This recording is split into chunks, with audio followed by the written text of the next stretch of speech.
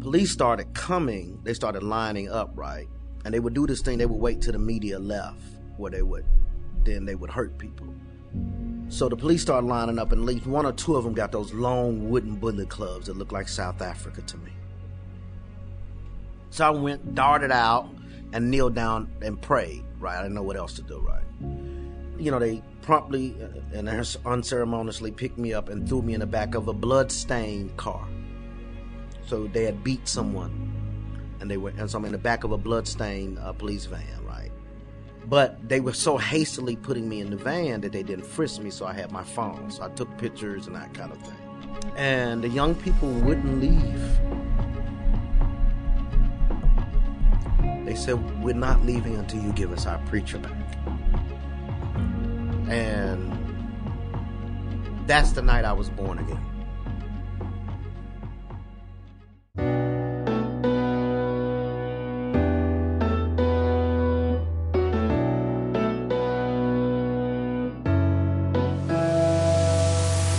You're listening to Conversations with Chanda, a podcast and event series hosted by Chanda Smith Baker.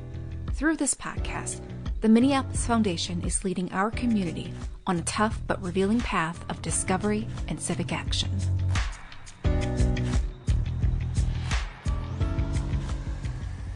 I grew up singing in a church. My grandmother in rural Arkansas, the Delta, thought it was important that I had voice lessons because I sang. Mm-hmm. And so by the time I was 6 or 7, I sang in 5 foreign languages. I was in performance choirs. I sang in high school, and I started off college at a small historically black college, Knoxville College in Knoxville, Tennessee, on a vocal performance scholarship. And I'm 49, so I'm old enough to be at a point where African Americans went and got PhDs in music, but couldn't teach in white schools. So they came back and taught in high schools and in black colleges. So, you know, Dello Thetford, Charles Gladney, right?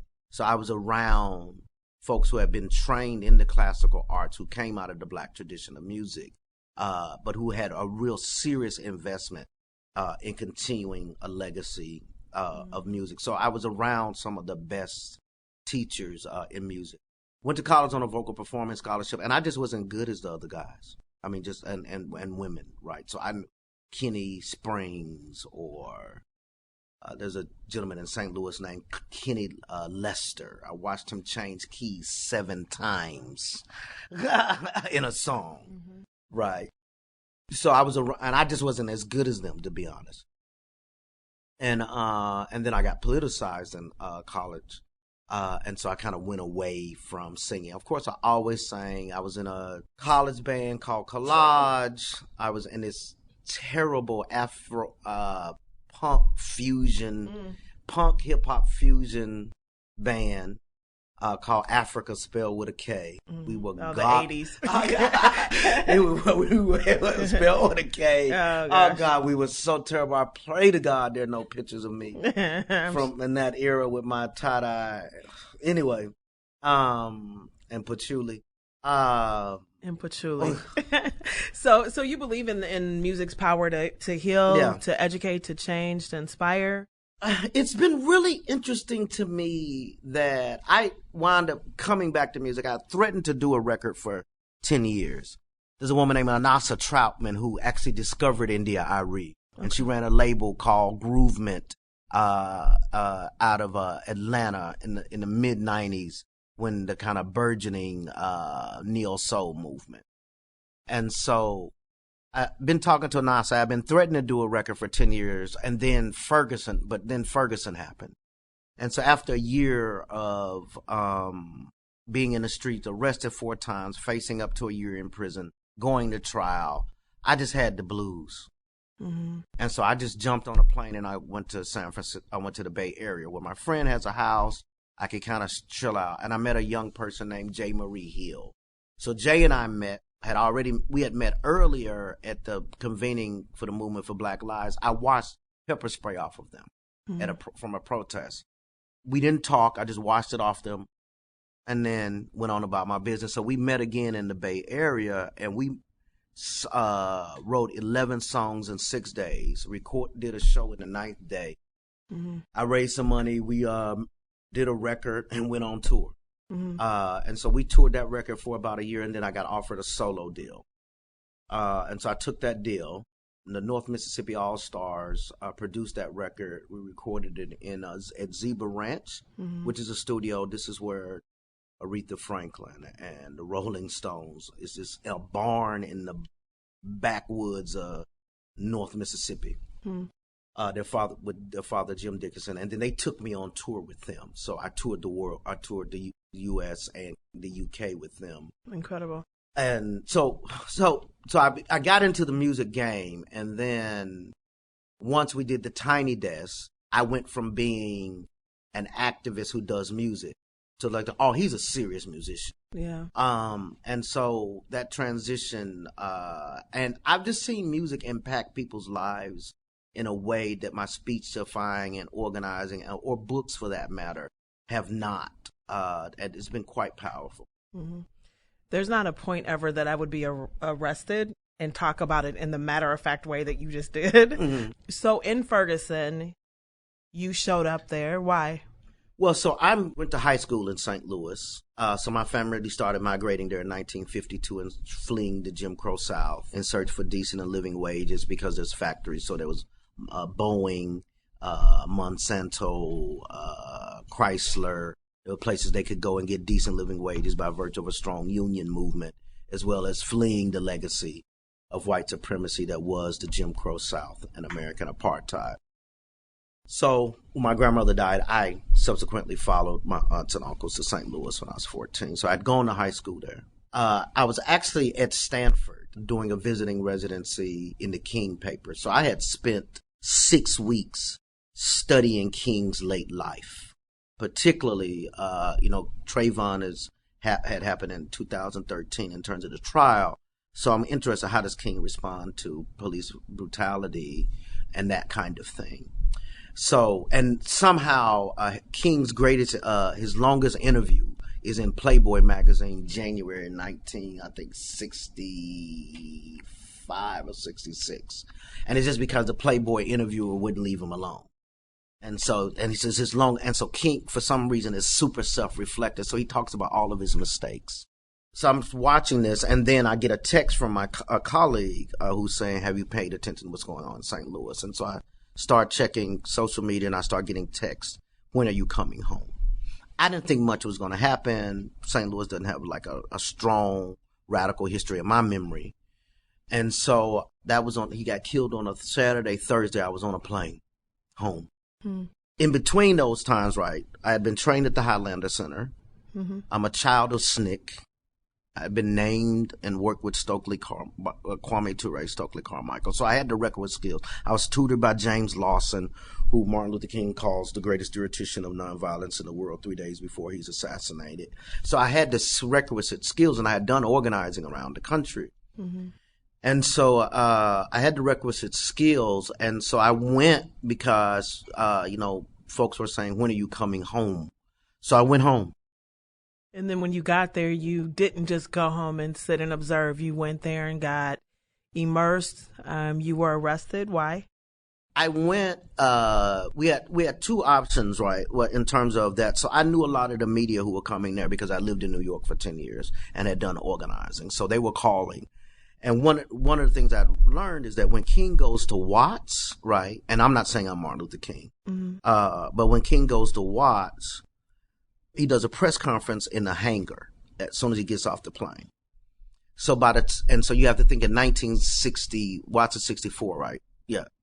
If you're a black person is going to be on TV in 1964, the black community is watching. So by the time King gets to Watts, they are pissed, right? And I was like, he shouldn't have done no interview, right? He should have waited. Why? Because he needed to get a sense of, and at one level, I believe, a permission from the people, right? So, right, or at least to be in conversation with the people, to be like, look, y'all know I got to play this game I play. So I'm going to do that, but please know I'm accountable to you and that kind of thing. And so when I got to Ferguson, I wouldn't do interviews for the first week or so. But 4 days in, I think I did an interview, and it just happened. I happened to be walking out, and somebody was interviewer grabbed me. But so, as part of you understanding Dr. King, his mistakes, his journey, the realities of what he has to navigate, right? Yeah. One of playing a game, understanding how the rules are played, the game is played, progress is made. And the other reality is that you're accountable to community that operates differently. Yeah. And so you delaying interviews was in respect to local voice? It was in respect to local voice, but I needed to know who the players was. I needed to have a sense of what was happening on the ground, how the police was moving and that kind of thing, because still in those first 2 weeks is still pretty volatile in terms of, the new organizations emerging, national people are descending on. And I think my first kind of major interview was on Democracy Now! And it became clear to me that my role, in addition to training people, but that I understood and other organizers understood, my role was to be a bit of a spokesperson. And I'm saying that in air quotes. In air quotes, not as a leader, but somebody needed to be able to beat back the narrative. Mm-hmm. Right. And so even like, I said earlier, even when I disagreed with young people, right, when I thought they were wrong, I don't think this is a bad move. My job was to defend them. Right. So the night of the non-indictment, I started doing interviews at 4 a.m. I did 48 interviews in 24 hours. Wow. And, I wasn't even talking about them buildings. They were like, well, Reverend Sekou, what do you think about the property destruction? I said, well, democracy is on fire. There was an indictment last night. It was an indictment of democracy, right? I want to kind of keep track of what is at stake for these young folks and that kind of thing. And that the other piece is the only, people quite honestly thought I had a lot more influence over young folks than I actually did. My relationship was tenuous at best. Mm-hmm. And so I think this might be an important point in that sometimes we can get caught up in action and miss the purpose or the reason or the bigger issue. Mm-hmm. And that's really what you were trying to do, is to bring it back. Like, you could easily spin this to being about them burning down buildings and miss the indictment and the issue that we're really trying to challenge here. Exactly. Yeah. And so, going back to the arrest, so there was an article about praying while black. Yes. So what, can you share anything? I don't know what you can share. Oh, what no, you feel fine. sharing? I beat that case. Okay. Well, let's talk about the case you beat. Double jeopardy is a beautiful thing. Yeah, it is. Yeah, that's it. So no, that we had gone out. So we have been kind of pushing clergy to come out, right? Which for me included a lot of profanity-laced conversations with other clergy. Because I was like, I don't care what they're attacking our children. Yeah. And we defend them. That's, everything else is secondary. And so that particular night, a guy named David Girth, who runs MCU, Metropolitan Congregations United, which is a Gamaliel organization, which initially decided they voted not to come into the street. But David had pushed a group of clergy he had worked with, kind of the progressive edges of clergy, and which is largely going to be women, to come out. So the night that they decided to come out and support the young people, it was a small group standing, at the police station. And so we came out, we prayed, and, we do what we do. And then the young people asked us to step back. They said, we're about to do civil disobedience. And I knew most of them in that crowd hadn't been trained. And I was like, okay, we'll get out their way. And then the police started coming. They started lining up, right? And they would do this thing. They would wait till the media left, where they would hurt people. So the police started lining up, and at least one or two of them got those long wooden bullet clubs that look like South Africa to me. So I'm like, hey, this is when I smoke. The young people say to me, I see them coming with those billy clubs, and although the young folks have asked us to stand in the way, I was like, they're not ready, and I don't think I'd rather absorb this beating than them. Mm. So I darted out, and kneeled down and prayed. Right, I didn't know what else to do. Right, so they they promptly and unceremoniously picked me up and threw me in the back of a blood-stained car. So they had beat someone. And so I'm in the back of a blood-stained police van, right? But they were so hastily putting me in the van that they didn't frisk me, so I had my phone. So I took pictures and that kind of thing. And the young people wouldn't leave. They said, we're not leaving until you give us our preacher back. Mm-hmm. And that's the night I was born again. That there was something about these young folks saying, we're not going to leave until you give us our preacher back. Mm-hmm. And so that, for me, bonded me with them in a sense of their defense of me. And then they opened up space for me to kind of reclaim parts of my radical self that I had subdued in the context of being a pastor, in the context of trying to, minister to more conservative congregations and that kind of thing. Mm-hmm. And and then I went on trial for that. So I think it was a 2-day trial. My first record had just come out in January. I go in trial on February. We're sure I'm going to jail. Like, there's no question, because I did it, right? We're sure I'm going to jail. The label management is like, we got to hold this touring, so we can't do any touring for the record, which would probably hurt our sales because we couldn't tour at that time. So I went, and I had a great lawyer, Gerald Christmas, and we beat the case. They deliberated 20 minutes. Wow. And beat the case, and then subsequently my conversation with my mentors, with Harry Belafonte and Danny Glover and Cornel West, the folks that I seek guidance from, and my godfather at the time, who was alive at the time, Avon Rollins, who came out of SNCC, as well as Nkeki Ajanaku and others, were like, if you can get a bump. Right. So me going on trial was a political decision, that if I could get a bump politically, to people to pay attention, then it was important. So it was risk me going to jail. Plus, enough mentors had done time, because we knew if I go to jail, I was going to go to solitary, because I was going to organize in jail. Interesting. And so SNCC is a Student Nonviolent Coordinating Committee for folks that don't know. Yeah, so we knew I was going to organize when I go to jail, so I would probably be in the hole. And so I had actually been walked through about how to do 30 days in the hole. So when you talked about the young people that kind of brought out parts of you that were subdued, and I've had a chance to read and then hear you talk a little bit about your grandmother and what she taught you. Will you share that story? Well, my grandmother got me when she was 55 years old. I was 6 months old. My father took me from my mother, who was an alcoholic, and had me raised by the woman who raised him, who was not his biological mother. Right. So my biological grandparents, R.B. Breselman and Millie Purcell, were college educated. Millie dies from complications of my father's birth. My R.B. Breselman, her husband, my grandfather, marries Houston Cannon, who was one of Millie's students. So she brings a child to this relationship, McKinley, and so she breastfed McKinley and my father together.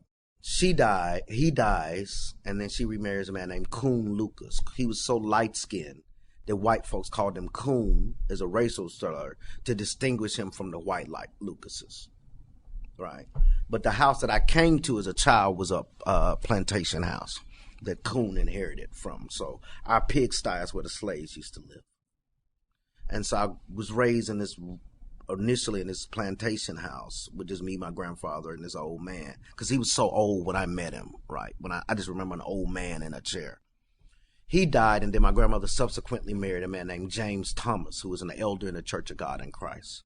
And so those are the two people who ultimately raised me. And so at one level, it's just a gift and a generosity that I experienced even before I knew myself. Between, these folks who loved me and cared for me. And I mentioned earlier, Miss Roberta, who couldn't write her name, but who taught me to be an intellectual. Come here and read to me. Because my grandmother taught me to read at 4. I could comprehend by 6.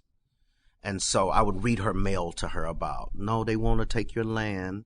Don't sell the, right. So there was a way in which my smartness was always connected in service to people. So the worst spanking I ever got was about me saying that I was too good to play with some other kids who were poorer than us.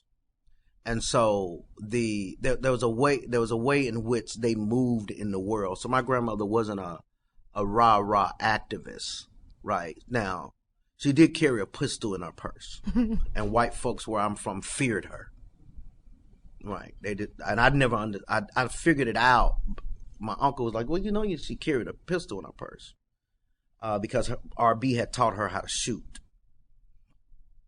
Her husband had taught her how to shoot, and so she carried a pistol in her purse. She didn't play. She would actually, in the South at that time, the way white folks would kind of neuter people's relationships with them, they refer to older black people as auntie and uncle. So my grandmother would spank her children if she heard that somebody called her auntie and they didn't correct them. Mm-hmm. Her name was Miss Houston, right? And so there was so before I am conscious of who they are, this is the water I'm swimming in. And so, and one of those instances was, I think you were referring to the first time I heard the word nigger. So, our little temperamental washing machine had gone out, and so we had to go to washing a laundromat that buttresses a trailer park. Mm-hmm. We walk in, there's a young white couple, one young white woman and her child there. And as soon as we walk in, I assume a kid with his mama playing with his toys, and I'm with my mama and I'm playing with my toys. We finna have us a good time. So when he sees me, he says, mommy, look at the niggers, look at the niggers, look at the niggers. I had never heard the word before, but I could tell from the way my grandmother responded that it was a bad word. So I started to cry. And she kind of snatched my arm and said, hush up, boy. I didn't let them run over us when they was lynching us, and I'm not going to start now. And so the mother comes up and says, oh, you know how kids are. She says, no, you taught them that. And that was the conversation that ended. So me and the boy kind of played around each other. And then the woman begins to cry. She's got a big bag of clothes still. It's clear she's run out of money on washing powders.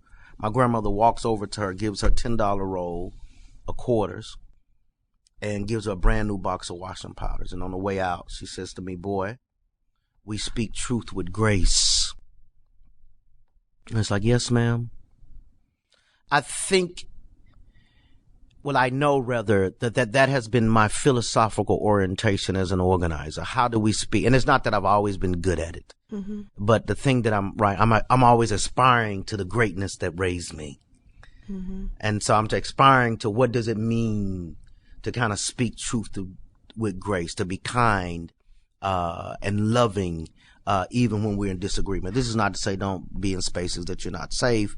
This is not to say that we need to cajole white supremacists or anything of that nature. But it is to say, how do we speak truth with grace? Because it begins with an acknowledgement of our own frailty as humans. Yeah, and is that a piece of how you teach nonviolent activism? I mean, yeah, I think a lot of time, one of the things is that the way in which the righteous, those of us, all right, we know everything. We got the right analysis. We got the right words. We know all the right pronouns. We know the latest terms that are necessary to engage in social justice spaces. Can actually be unkind spaces. They can be unkind, that we can create a threshold that's too high, right? And I'm not saying particularly for queer folks or non-gender conforming folks who, I'm not saying they need to subject themselves to the arbitrary violence and the arbitrary meanness. I'm not saying, so if you don't feel safe in those spaces, I get that. That's not what I'm saying. But we're creating conditions that exclude because we're making it seem like we have it figured out. Well, I think that also is that we just create a threshold. So you got to know all the right pronouns, all the politically correct everything. You got to know how to traffic in the mostly academic jargon as it relates to social movement space. You got to have all the kind of some amorphous, agreed upon sets of ideas that if I'm a poor working class person, I just don't understand, right? Because I ain't had time to do that. I'm feeding babies. I'm going to work, right? I don't have the luxury, right? To, at one level, there's a certain luxury to be a professional organizer and to get paid for it. And so I don't have that luxury. Now, that luxury is predicated on my suffering, though, right? It's predicated on, so the vast majority of people killed by the police are poor and black. So poor black folks who won't feel welcome in our organizing space is the reason why we got the funding anyway. Right? Because there was an uprising associated with that poor black body in the street. Because I got a fancy degree and I know how to talk the way they taught me to talk at the fancy school that I went to, I get access to the grant money and to the resources while I have distance from the very people, and if not at times, disdain from the very people who created the opportunity for me to be here. And so I think that, so for me, in organizing spaces, we want to give people a range of things they can do. Like, so a lot of times we shame people from not being frontline people, right? I push clergy to be frontline people, in part because they like to stand up in front of crowds, so to stand up in front of a tank, right? I push them, right? Because, they always talk about Jesus and, But there, I think Nietzsche reminds us that Nietzsche or Kierkegaard reminds us that there's no Easter without Good Friday. Right? So you're going to have to come to that cross at some point. Ain't no avoiding it. But there are ways in which you can be speaking truth to grace to people. Like, so there's a woman in Charlottesville, this lady, 98, I believe.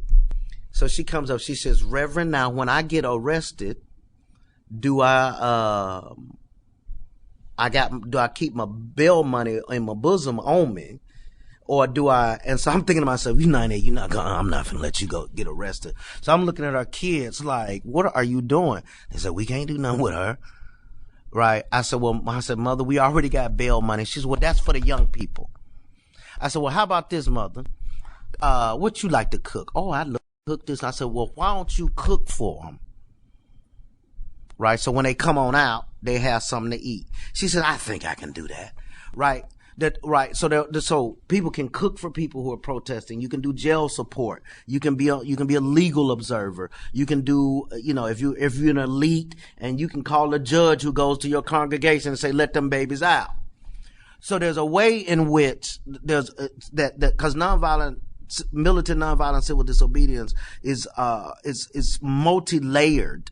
And that takes a multiplicity of skills and resources. Somebody needs to be running the back end. Somebody needs to be calling the mamas and telling you, well, your baby in jail now, or husbands or family members, right? Do they have their medicine? How do we get their medicine to? So there's a range, right, of ways in which people can kind of plug in to the direct action.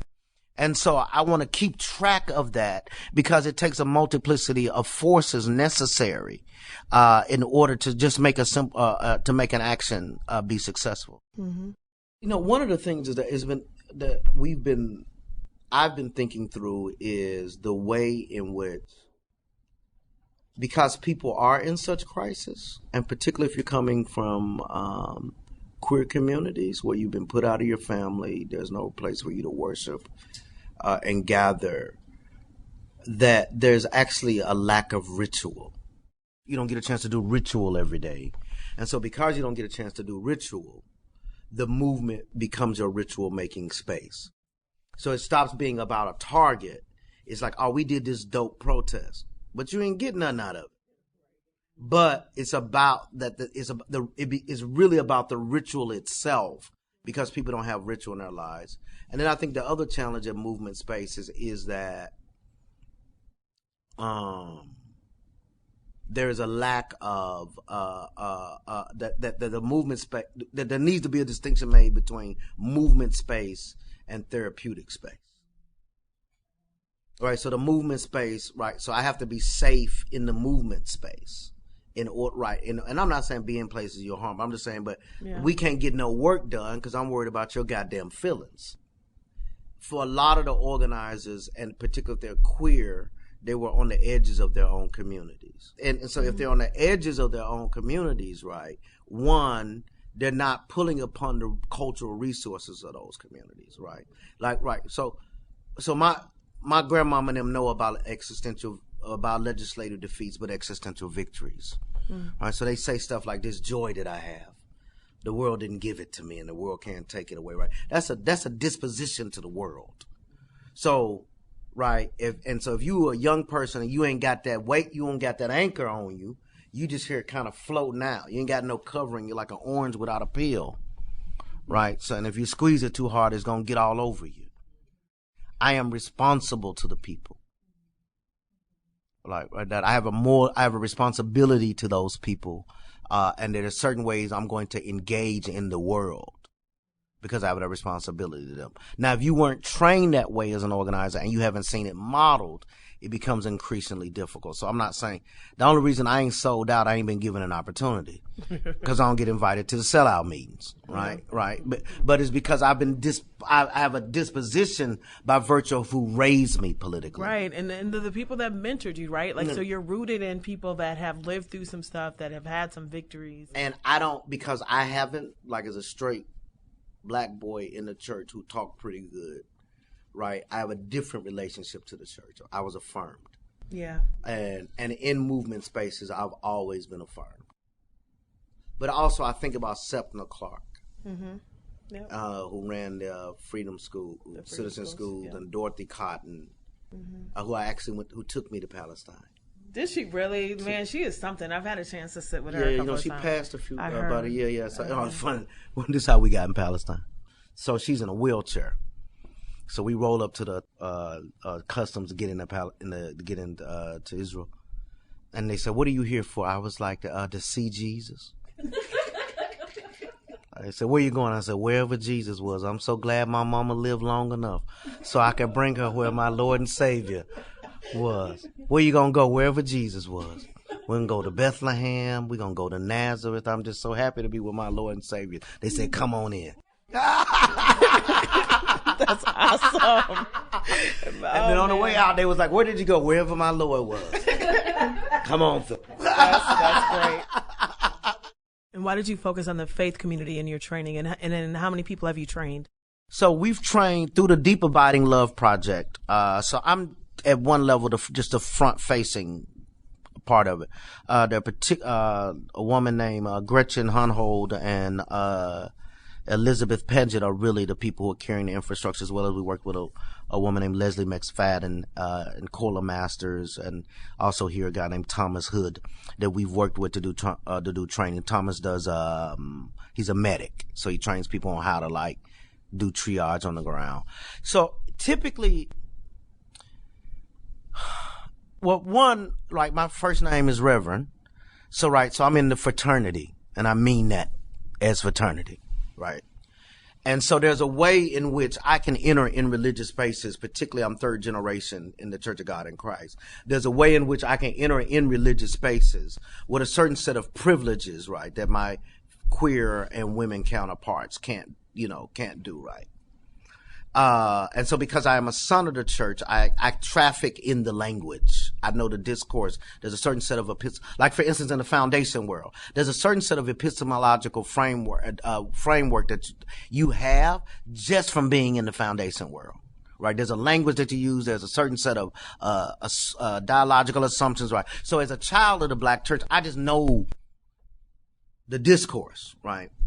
The other is typically when there's been an uprising, I get called in by clergy, right, to train them.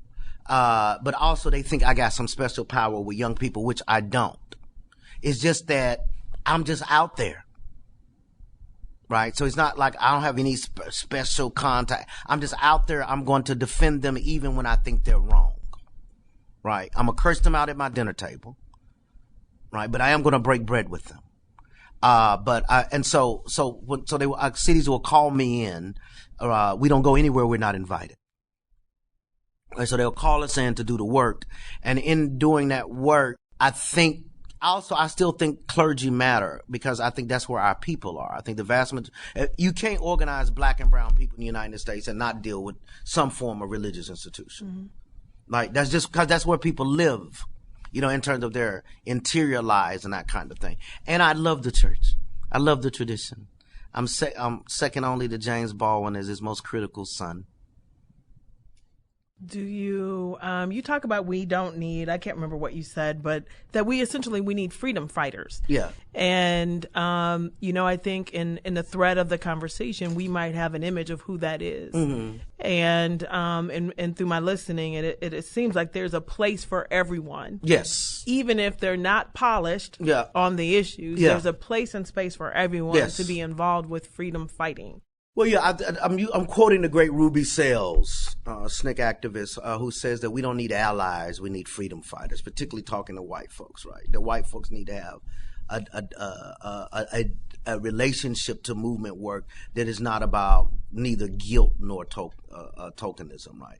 It's the way, so I frame it this way: until white people believe that they left their son in the street for 4.5 hours, or that their 12-year-old was shot in a matter of seconds playing with a BB gun in a park in Cleveland, right? Or that their daughter was in jail and then all of a sudden hung themselves, right? Until they believe that there has to be that kind of existential and that is not just simply empathy, but that there's something that grieves their spirit about the suffering and the misery of people who do not matter. We don't get any change. I think the other piece is that, so I live in Memphis, Tennessee, and I was actually in a room with a group of funders recently, and I said to them, do you trust poor people? I mean, you trust them when they cooking that good barbecue you eating, right? You trust them when you listen to Stax music, right? Because Stax is not Motown. Stax, that's working class, black poor music. The great Isaac Hayes, was organizing with the Knights in South Memphis before he became a musician. He organized in what Marx would call the black lumpen proletariat, right? So do you trust poor people? So you trust them to listen to their music, their dances, their juke joints. When you when you bring your friends to do tourism, and you take them to all 8 places. So you trust them then, and that their cultural habits have enriched your life. Black elites not cooking good barbecue like they do over at the Hole in the Wall, right? So the issue is that we're already encountering poor people. We're already benefiting from their cultural habits and practices. So do we trust them enough to give them the resources in order to claim out and carve out their own destiny? Because I think one of the challenges that this election has revealed to us, particularly those of us who supported Sanders and supported Warren, the distance between the professional organizing classes' electoral choices and the choices of the people are vast. Right? The difference is vast, right? The distance is vast and the difference is grave. Mm. Right? And so somewhere between, so what have we done to create the space where our people believe that the revolutionary option is not only viable, but that it's winnable? Right? Because black voters are making pragmatic choices predicated as, man, them white folk not going to do that. Let me just go on over and give me a little Biden and see if we can get him out of here, to get Trump out of here. Right? That's what's at work. They're making these are sophisticated political decisions that they're making based on the history as it relates to the American electoral process. And so how do we convince that? So that's by lowering the threshold to enter into organizing space. That's about engaging everyday people and being in relationship in such a way that is not about us bringing something to them, because something can happen to us. Right, there's something happened. So I recently joined the church. I go every Sunday, which most of my friends don't believe, because I usually don't go to church unless I'm preaching. But I just joined the church with this black woman preacher named Reverend Gina Stewart, who's a preaching machine. But it's interesting to me is that in this congregation, poor working class women bring in their teenage boys to church to hear this black woman preach. Right, that in our congregation they're cafeteria workers. Right. And so it says to me, and so something happens to me when I am with them. So it's not like it's not about me simply bringing, and it's not an evangelical model. I'm not saving them. So my granddaddy used to pray this prayer. He says, Lord, I don't want you to come and do nothing. I just want to be where you're already working. And so there's a thing where there's something at work and I'm not fetishizing them, right? The Grace Lee Boggs used to chastise me for fetishizing the poor. I'm not fetishizing. They're capable of homophobia and misogyny, and they're capable of being backwards and wrong and out of pocket and all of that. But I am saying that there is something there in their wisdom of living that we actually can be. So it's not about us meeting the people where they are and bringing them along. No, the people, like, you can walk in any beauty shop and barbershop around in North Minneapolis right now, and they got every answer to every political problem we got, and they can fix it. True that. Right. And so the question is, how are we encountering them, and that encounter is also, we create a space where we're transformed as well. You remember in the Bible, there's a woman who come to talk to Jesus, and Jesus basically tells her, you basically a dog, according to the hierarchy. You basically a dog. And so the woman responds to Jesus, says, even dogs get crumbs from the master's table. Jesus has changed in that encounter. Jesus said, oh, okay, your sins is forgiven. All right. But you understand what I'm saying? What are the ways that we encounter the people who society considers as less than dogs? Mm-hmm. Do you have other advice for folks in philanthropy about how they should be thinking about funding, how they should be thinking about learning? Well, I think I got a lot to say about having had to deal with philanthropists, right, in my life. It has been a couple things. One is, at one level, I want to say, give them the money and get out the way, right? In this sense, right? Typically, the way liberal foundations function, right, is that they expect you to have been doing something for 2 or 3 years, and then they're gonna give you a little money to do it, right? And then maybe give you a 2-year renewable and be done. And what we've been dealing with in the last 50 years, since a meeting at Bob Jones University, with the right wing making a serious decision that they're going to build think tanks, universities, and they're going to create a pipeline to seize power. That's what we see in the White House right now is 50 years of work. This is right. So Steve Bannon, Miller, all of them are coming out of a pipeline that is these conservative pipelines, these gatherings, and that kind of thing, right?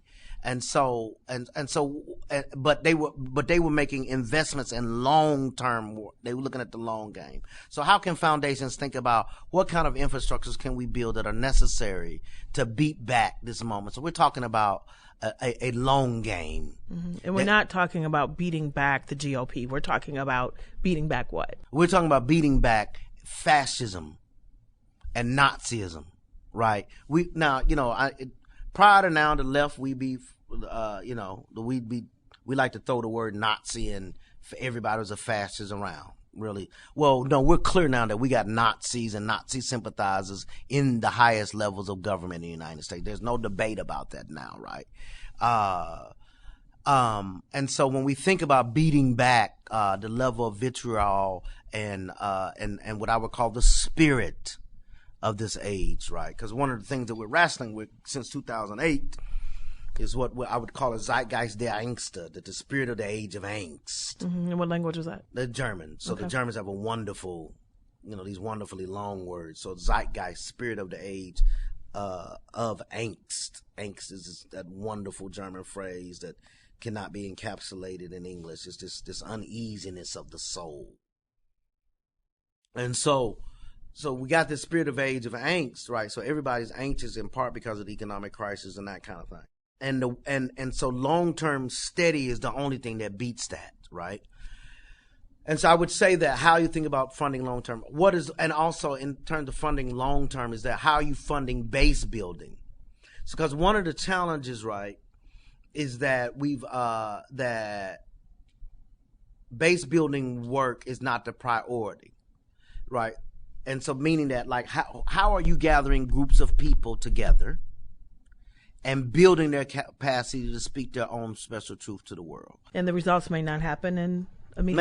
They may not happen immediately, but sometimes you get surprised, right? Sure. Do you remember in mid 2000s there was the first major immigration march, about 1 million people in the street? Do you all remember this? There was like 1 million people marched. Mm-hmm. It may have been 2004, 2005, because it's the height of the Iraq War. Yep. That happened because somebody organized Latino radio stations. Somebody went to the DJs and said, "Hey, we're about to do this. Can you help publicize it?" Right. So funders weren't thinking about that. Because the issue is that the Latino DJs had a natural constituency that people took them seriously. They could turn people out to buy things or to parties and that kind of thing. So, well, can we turn them out to protest? So, what are the ways in which you're supporting base building, and what are the ways in which you're funding already pre-existing organizing structures inside communities? Sure. And anything as we get ready to close that you have to say to our Jewish or our Muslim brothers and sisters about what's happening today? I mean, well, I think one of the challenges as we think about the level of that the same people who hate Jews are the same people who hate Muslims, right? So in Charlottesville, we received more clergy, which predominantly were Christian, even though there were a few Jewish folk out there. Is that we received more anti-Semitic and anti-homophobic slurs at us than we did racial slurs, right? And so, in terms of the anti-Semitism and Islamophobia that is coming from the same forces, right? The other piece is that there is particularly in the United States and other parts of the world, but particularly in the United States, that there's a fear both in mosques and synagogues, right? Which will make you want to keep your head low, right? And make you want to cower in the face of that. And so I would encourage folks to stand in solidarity with people, because because the issues that what you just described, what you raising about anti-Semitism and Islamophobia, the challenges to Muslim communities and Jewish communities, the Christians are the problems in both of those instances, right? Say more. Say why. Well, when you think about the history, every country that's claimed to be Christian in the history of the world has had pogroms, right? That's like everyone, right? If they say they're a Christian civilization, they attack Jewish brothers and sisters. And so, particularly this, a lot of the anti-Semitic stuff that comes out of preaching, right? The Jews. That's in terms of the newer the translation coming, particularly in the King James, right? There's a deep anti-Semitism ingrained in the text, and then the whole language of the foolishness y'all had here that they were doing Sharia law in one of the housing complex over by Seward, right? And those are Christians. So part and parcel is that while Jewish brothers and sisters and Muslim folk are trying to make some sense, right, of what it means to live in this particular moment inside the American empire, where vitriol and physical violence is increasing, is the challenge of Christians to stand up and be in solidarity with them and to defend them, right, to care for the orphan and the widow, to care for the least of these, and those who suffer in ways that represent the worst of American democracy. Mm-hmm. Okay, so I was trying to get you to like speak in like he's got all these languages inside of him. I can't remember the word you said earlier, and I don't even know what languages you were speaking. But anything that I haven't asked you that you want to share as we close? I do think that religion does have a significant role to play. And do you think the faith communities are standing in the power that they actually hold in this moment? At one level, religion is as religion does, to quote that great philosopher Forrest Gump. There are those of us who are part of what we would call the prophetic tradition, right? The kind of progressive edges of religious tradition. So we are actually in many times on the edges of the faith while claiming the heart of it, Right. So we're marginalized in our own religious community, but we claim the heart of our religious tradition. I think that there is a power. Well, the Pentecostal in me says that something happens when we gather. Right. That in the book of Acts it talks about when they were gathered in a room on one accord, then the Holy Ghost comes in the room, and that then they began to speak in languages that the gathered nations hear. So it's that there is a gift in the hearing, right? So what and religion provides people an opportunity to wrestle in critical ways with their own sense of being, their mortality, with death, dread, and despair. But it also helps you build out community in a different kind of way. And so, so at the beginning of all religious Muslim events or recitations, they're going to say, Bismillahir Rahmanir Rahim. I seek refuge in God from the great deceiver, right? So it's acknowledging the darkness, but not letting the darkness have the last word, right? Or among Jewish folks, it's Takum Alam, right? This is the idea that we're going to repair the world. That's acknowledging the world that is broken, but we have agency to touch it, right? In Nido Shoshuran Buddhism, they say, Nam Yori and Geiko. I devote myself to the mystic laws of cause and effect through sound. So it says that there's something happening in the world that I'm accountable to. Right. And so, or the great Albert Camus, who says that the task of the artist is the artist must never side with the makers of history, but rather those who are the victims of it. That sounds like Matthew 25:35 to me. Such what you've done unto the least of these, so you've done that to me. So religion doesn't have a monopoly, or no religion has a monopoly on this truth, right? But there is an ethical ground of being. And that religion provides an opportunity at its best for spaces of engagement, of community, and that kind of thing. And then at the real basic level, and we say this consistently to congregations, when there's a crisis and an uprising in your town, just open your doors and just let them in and love them and feed them and care for them. And I think and religious institutions often also are a place of artistic engagement, particularly through song. And so for me, music has been a way in which to kind of break through some of the contradictions, right? So I've had these right-wingers show up my shows and leave transformed, right?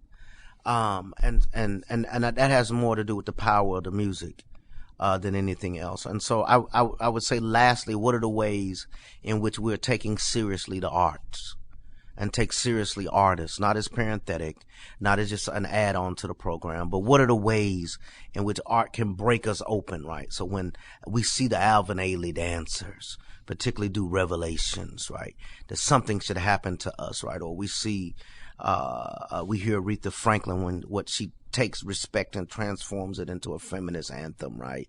Or then, in any Church of God in Christ in the United States, you walk in and you hear them do something to that Hammond organ that wasn't supposed to happen to that Hammond organ, right? That there's a way in which the music and the cultural practices of everyday people might be a balm, a salve, and might be even to break through some of the misery and the recalcitrance, the avarice and the greed that is work in this particular moment. And I think if we do that, we might have a fighting chance. Thank you. Thank you. And as we close this episode, please enjoy this music performed by Reverend Sekou and written by Tracy Howe, called Bury Me. This is Supat Keenitz from the Minneapolis Foundation. Thank you for listening to Conversations with Chanda.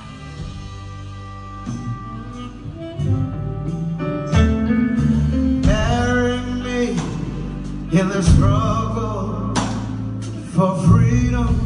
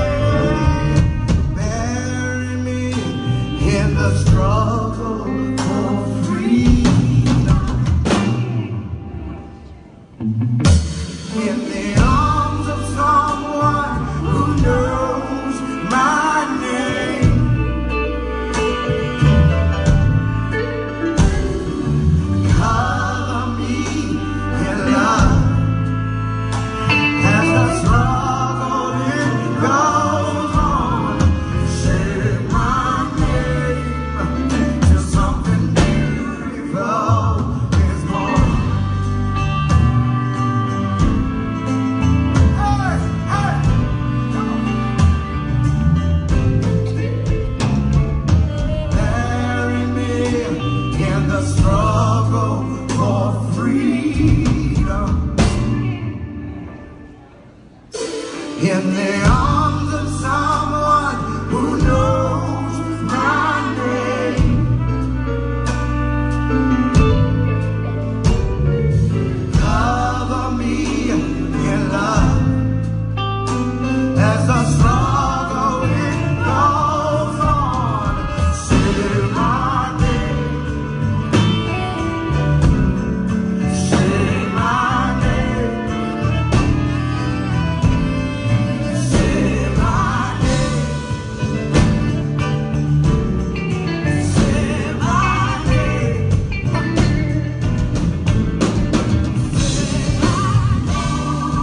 Michael Brown. Sandra Bland. Fernando Castillo. Ayana Jones. Legendary Myers. And the fire. There's power in the name. There's power in the name. There's power in the name. There's